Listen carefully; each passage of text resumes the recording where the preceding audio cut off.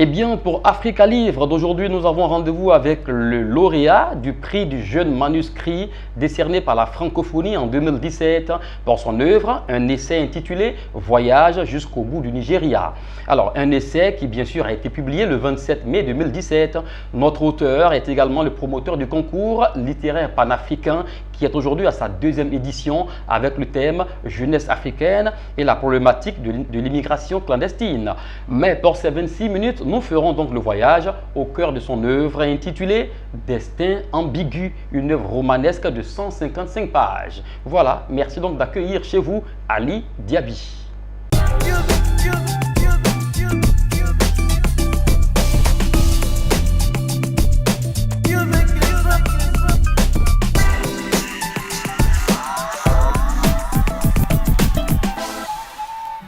Eh bien, Ali Diaby, bonjour. Bonjour. Merci de répondre à l'invitation de l'équipe d'Africa Livre. Je vous en prie. Alors, Monsieur Diaby, vous êtes écrivain ivoirien né à Boaké, c'est au centre de la Côte d'Ivoire. Oui. Vous êtes diplômé en sciences juridiques, administratives et politiques. Oui. Vous êtes ingénieur de formation Oui. et vous travaillez aujourd'hui à votre propre compte. Oui. Donc, vous avez assez de temps pour écrire le livre. Hein? Oui. D'accord. Et vous êtes à votre deuxième livre. Oui. Pour ce numéro d'Africa Livre, nous vous recevrons dans le voyage à travers cette belle œuvre intitulée Destin ambigu. Oui. Alors, Ali Diaby, deux petits mots, hein? Oui. Un nom Oui. et un adjectif qualificatif pour évoquer le parcours, la vie, le destin d'une jeune orpheline, Ayaba Seka. D'accord? Alors, est-ce la pure fiction ou une histoire réelle qui a été traduite dans ce livre-là? D'accord. Déjà, merci à Source Africa TV de m'avoir retenu pour ce numéro que vous enregistrez aujourd'hui à mon honneur. Et merci déjà pour ces jeunes auteurs qui embrassent la modeste carrière d'écriture. Et pour revenir à votre question, déjà, je tenais à dire que mon roman de société est basé sur un fait réel qui m'a beaucoup touché, qui m'a beaucoup épaté. Et je me suis inspiré de ce fait réel-là que j'ai développé moi-même parce que j'estime que cette histoire-là peut toucher beaucoup de personnes. Et c'est à travers cela que j'ai décidé vraiment d'écrire pour la première fois ce livre-là qui est intitulé Destin ambigu. Mais il faut dire que cette histoire m'a permis de participer à un premier concours qui est intitulé La plume du jeune écrivain, parce qu'il faut dire que j'ai aussi participé à un concours avant d'embrasser la modeste carrière d'écriture, qui est intitulé La plume du jeune écrivain, qui vise bien sûr à détecter de jeunes talents d'écrivains ivoiriens. Et c'est à la suite de ce concours-là maintenant que j'ai été lauréat parmi tant d'autres, et à la suite de cela, j'ai décidé de vraiment me consacrer à cette carrière d'écriture. Donc, cette histoire vraiment relate des faits qui sont basés sur vraiment la réalité, sur des faits réels. D'accord. Alors, on va dresser un pont. Hein? Voilà, un pont, c'est un jour de pont aujourd'hui. Hein? Un pont entre le titre de l'œuvre et l'histoire romanesque. Alors, qu'est-ce qui justifie le caractère ambigu du destin de cette jeune fille Ayaba? Bon, déjà, ce qui justifie le caractère de cette jeune fille Ayaba est déjà dans sa forme, et puis dans sa, comment on appelle ça, son enfance. Voilà, qu'elle elle a été victime en fait d'un abandon de la part de sa mère biologique. Et elle n'a vraiment pas reçu l'amour de sa mère en fait biologique. Cette dernière-là a été malheureusement violée, tout simplement parce que, comment on appelle ça, elle a été victime d'un viol. Et le phénomène du viol aujourd'hui est un fait des sociétés qui mine beaucoup, en tout cas surtout vraiment la société africaine. Et c'était pour moi très important d'en parler parce que j'estime que nous vivons dans une société de liberté, nous vivons dans une société de droit, nous vivons dans une société d'équité. Et c'est à travers cela que vraiment j'avais voulu vraiment dénoncer vraiment ce thème qui est le viol. Et c'est à travers vraiment cette histoire que commence même, comment on appelle ça, mon livre Destin ambigu. Voilà, et à la suite de cela, bien sûr, le caractère du personnage est assez atypique et fantastique en même temps, parce que nous voyons que Ayaba commence déjà dans un orphelinat, et à la suite de cela, il y a toute une péripétie déjà, voilà, qui mine son enfance jusqu'à ce qu'elle réalise son rêve de devenir médecin. Voilà, justement, la famille d'adoption que vous choisissez pour votre personnage Ayaba, alors c'est la congrégation religieuse catholique, hein? Oui, bien sûr. Les sœurs Maria. Est-ce à dire que les religieuses sont les seules portes ouvertes pour les enfants en difficulté? Ou bien pourquoi spécialement la congrégation catholique pour accueillir votre personnage Ayaba? Oui, ça c'est une très belle question, parce que déjà, vous savez, quand on est écrivain, on choisit un cadre, on choisit un environnement, on choisit un contexte. Donc c'est dans ce cas de figure-là que j'ai voulu choisir un environnement dans lequel, bien sûr, j'ai développé l'ouvrage. Donc il fallait partir déjà d'un cadre. Et j'ai choisi déjà ma ville natale, qui est le Boaké, bien entendu, pour pouvoir relater l'ouvrage, parce qu'il ne faudrait pas qu'en fait ça soit du copier-coller. Voilà, c'est-à-dire que moi j'ai trouvé une histoire auquel j'ai été épaté, dont je veux écrire, donc je choisis un cadre dans lequel bien sûr je relate l'ouvrage, d'où l'idée m'est venue de choisir ma ville natale à travers bien sûr les différentes villes que j'ai citées, par exemple la rue Kilitron et autres, la cité de Belleville, c'est des villes qui existent effectivement au niveau de Boaké.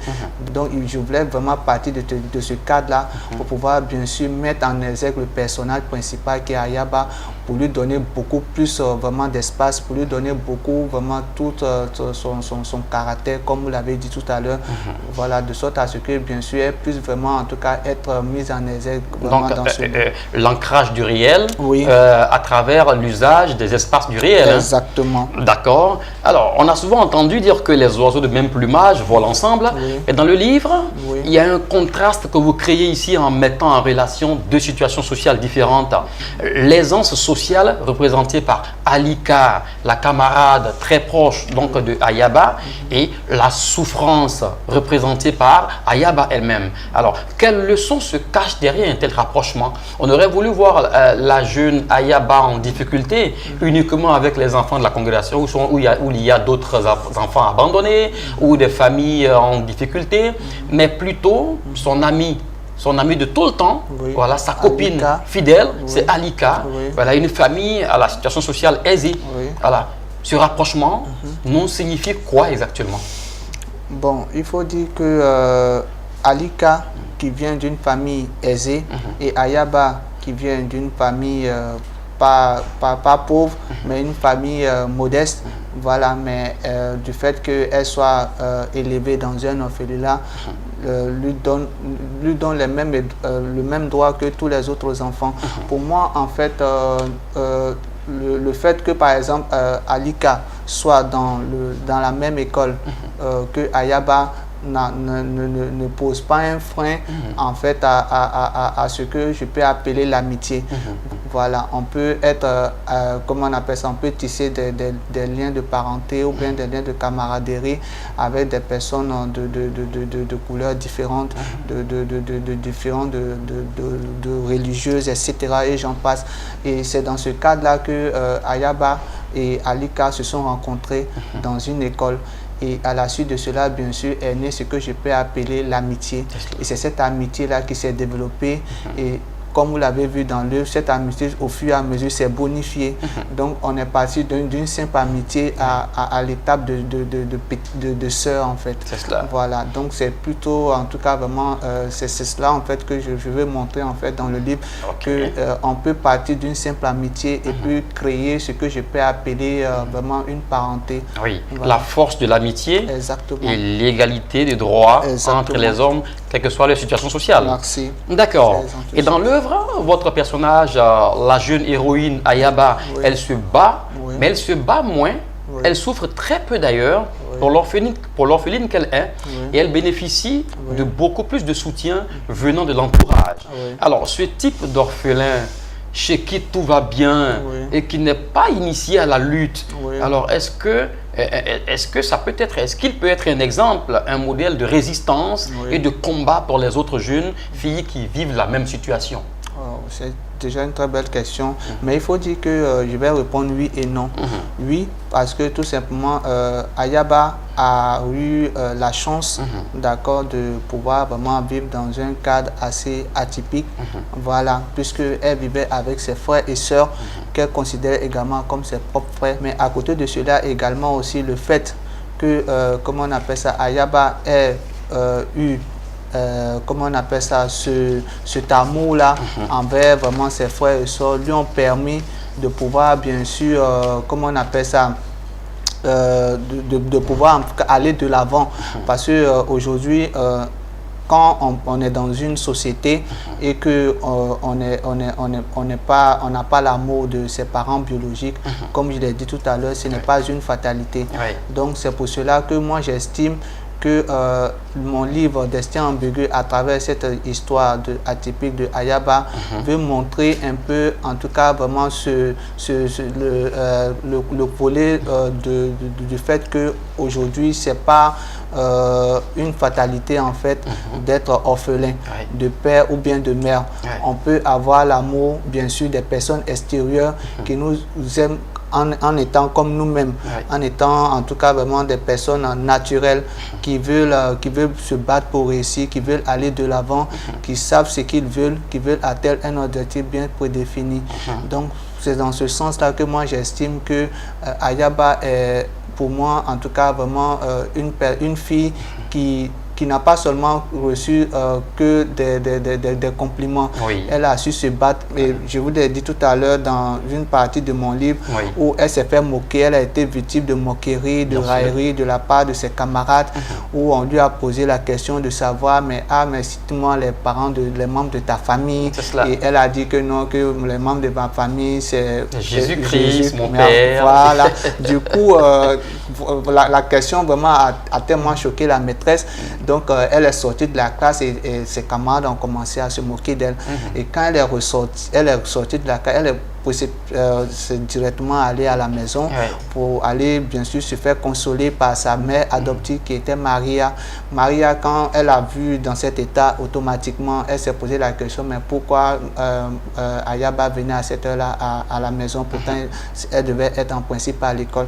Donc, elle a dit pourquoi elle était, comment on appelle ça, elle pleurait puisqu'elle était en larmes.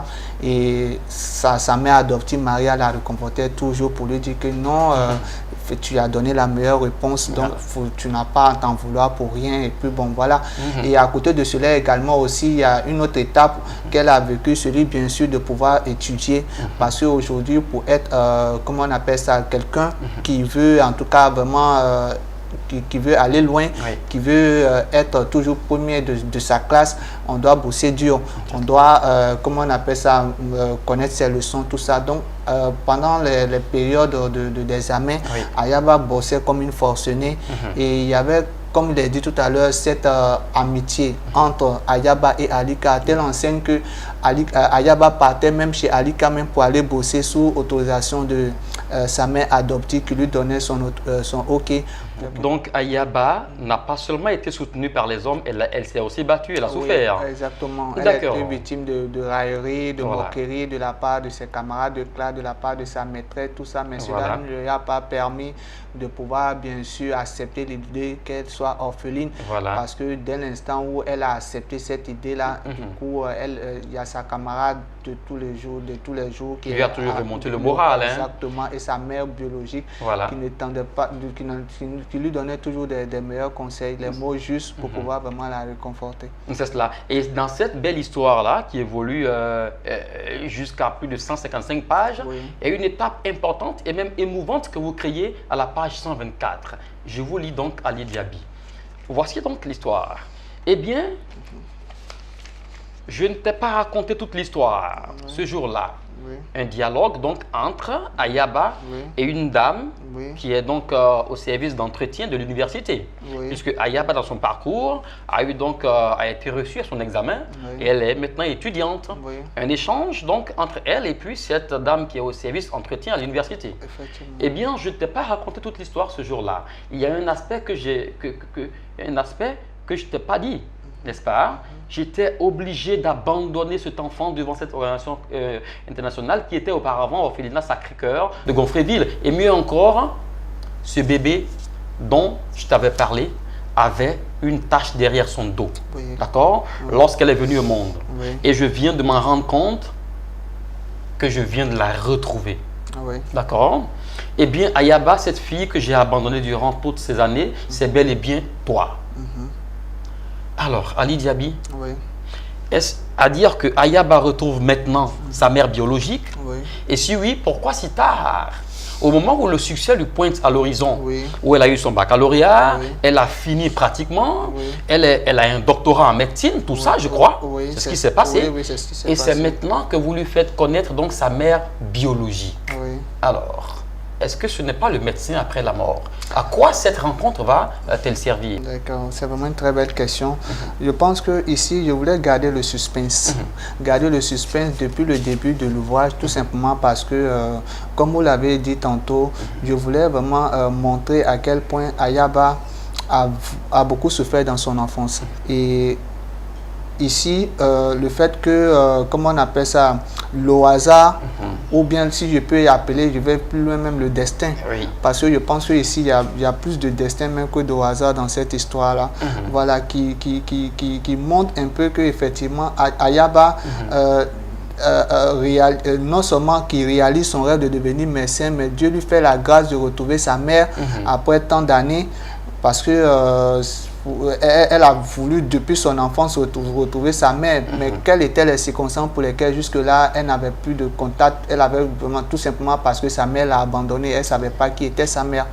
Et le destin en a fait, comment on appelle ça, bon usage. Et c'est dans ce cadre-là que pour moi, ici, j'avais voulu montrer à quel point ici, le destin peut vraiment jouer beaucoup de choses en notre faveur. Parce que moi, je crois beaucoup au destin. Je pense qu'aujourd'hui, notre vie aujourd'hui est faite, il y a un peu de destin dedans. Moi, je ne suis pas venu, par exemple, si je vais prendre mon cas, bien entendu, je ne suis pas venu dans le milieu de la littérature par hasard. Je suis venu plutôt par passion, mais je pense qu'il y a un peu de destin, parce que je ne m'y attendais pas du tout. Voilà, donc pour revenir déjà à l'histoire d'Ayaba, c'est pour dire qu'effectivement, il y avait un destin divin que Dieu voulait manifester pour montrer à quel point aujourd'hui une mère peut reconnaître son enfant parmi plusieurs de ses enfants. Donc c'était pour montrer en fait le bonheur que Dieu vraiment prédestinait pour Ayaba. Tout à fait. Le lien très fort, affectif, qui existe entre une mère et sa fille, même quand elle se retrouve parmi 1000 enfants. Exactement. D'accord. Et le discours que tient la jeune Ayaba le jour de la proclamation des résultats de sa thèse de doctorat, voilà, ce discours-là en dit long sur ses convictions. D'accord. Alors, puis-je avoir donc cette étape-là merveilleuse que je vais lire ici pour donc voilà. Et le discours est à la page 121. On y va ensemble pour en savoir, n'est-ce pas, le contenu. Croire en ses rêves est un état d'esprit, raison pour laquelle Michel-Ange a mis toute sa vie dans son art. Nous nous rappelons encore de lui 500 ans après. Beethoven s'est donné entièrement dans son travail et sa musique vit pour toujours. Nelson Mandela s'est centré autour de l'émancipation de sa nation, de ses débuts en tant que juriste et son entrée en politique en passant par son activisme qui lui a valu 27 ans de vie en prison. D'accord? En clair, il y a bien une chose que j'ai apprise au cours de mon parcours estudiantin, c'est que nous sommes toujours meilleurs que ce que nous croyons. Merci. Quelle est la conviction? Quelles sont les convictions profondes de cette jeune fille? Très belle question. Ici, en fait, je vais montrer qu'on peut partir de nulle part pour arriver quelque part. Parce que Ayaba a eu une enfance assez bouleversante. Et je pense que pour une orpheline qui a été victime à la fois de moqueries, de railleries, à côté de cela également aussi, elle a été animée par une certaine détermination, par une certaine conviction, par une certaine confiance en soi, de toujours relever le défi, de toujours croire en elle, lui a permis aujourd'hui de pouvoir obtenir son doctorat.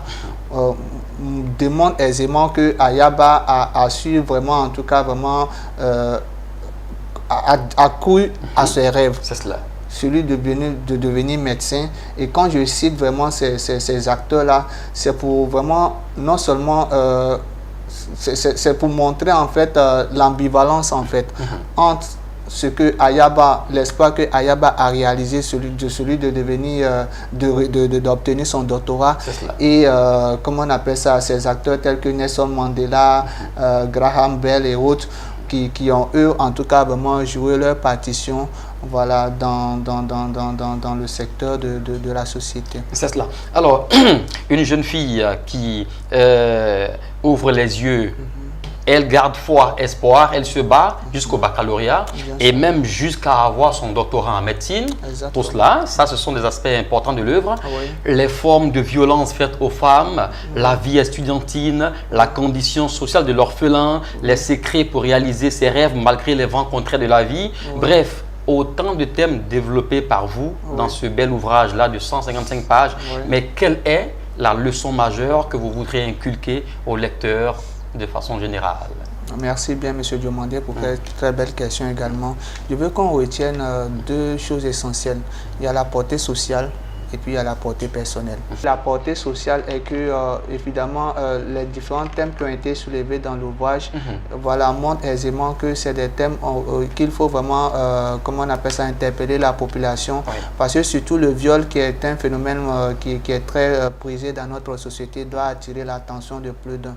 Et c'est à juste titre que moi, je voulais vraiment, comment on appelle ça, attirer vraiment l'attention de nos parents, de vraiment surveiller leurs enfants. Et puis à côté de cela également, aussi, il faudrait que comment on appelle ça, les enfants aussi fassent très attention, surtout la jeune fille. Parce que moi, je suis beaucoup plus sensible à la jeune fille parce qu'elle est, pour moi, elle est facteur de développement. Elle joue un grand rôle dans la société. C'est pourquoi on va déboucher par ça. Parce que justement, ce livre est le fruit de ce qui j'ai ma main droite ici, justement. Ça, c'est le prix que vous avez eu et qui a entraîné, n'est-ce pas, le concours littéraire que nous avons ici. Concours littéraire panafricain qui a sa seconde édition. Vous tendez la main aux jeunes. Graine de l'écriture. Comment fonctionne votre concours littéraire et qui vous-même, dont vous êtes une première graine? Bon, déjà, le concours littéraire est venu du fait que, déjà en Côte d'Ivoire, j'ai malheureusement pas vu qu'il y avait un concours qui... Parce que bien avant, je ne connaissais pas l'AEC, l'Association des écrivains de Côte d'Ivoire. Voilà, donc c'est venu d'un réflexe comme ça que j'ai voulu lancer.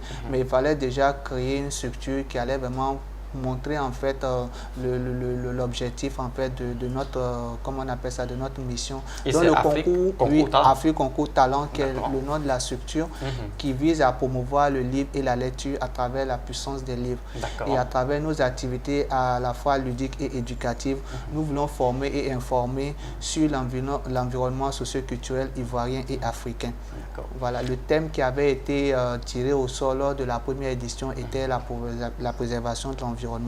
Et la deuxième édition, le thème qui a été tiré au sort est jeunesse africaine et la problématique de l'immigration clandestine. Donc il est ouvert à qui et comment y participer? D'accord, très belle question. Pour participer au concours littéraire panafricain, il faut être africain d'origine. Il faut nous envoyer le thème imposé qui est jeunesse africaine et la problématique de l'immigration clandestine sur le site www.afriqueconcourtalent.com. En écrivant un livre? C'est plutôt une nouvelle. Une nouvelle. Mais les recueils de poèmes sont acceptés, qui doivent faire 3 pages maximum, pas plus, pas moins. Et même sur notre site web, il y a le règlement du concours qui est là pour montrer effectivement que le candidat, quel que soit le lieu de résidence, ne doit pas dépasser les 3 pages. Et à côté de cela également, il faudrait que l'Africain soit âgé de 14 à 30 ans maximum pour pouvoir participer au concours d'écriture. Et à la fin, dans le courant du mois de décembre, il y a la cérémonie de clôture qui est prévue où nous allons retenir les 5 lauréats qui feront l'objet d'une publication gratuite de leur ouvrage.